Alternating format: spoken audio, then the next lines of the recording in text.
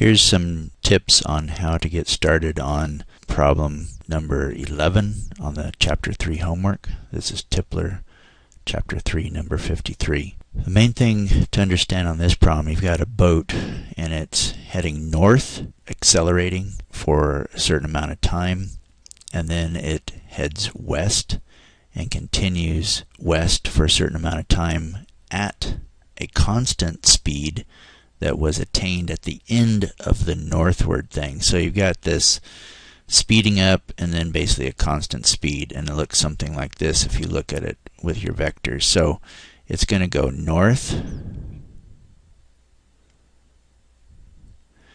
but here you have it starts at rest, so your v0 is going to be equal to 0. You do have some acceleration in this phase, so you're going to have some new velocity when you get to this point. So keep that in mind. You've got some velocity at that point. And then it makes a turn suddenly, somehow, and goes to the west.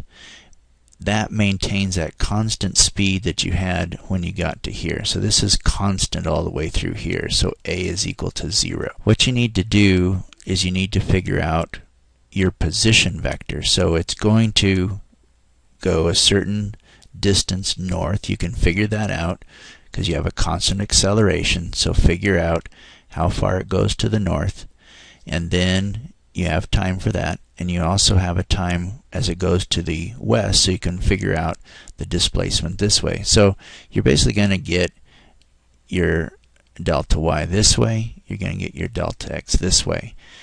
That in turn will give you your displacement vector, delta r. Okay, so you can get delta r that way, which actually is the answer to part C. Then just remember your definitions, that v average, and in the problem on the problem here it's not showing the vector form, but you're getting the v average is just your delta r over delta t. And then for your average acceleration in part B, that's also a vector. A average is equal to your delta v over your delta t. Now remember, for this, you're like, what is that delta v? Remember, delta v is always just final minus initial.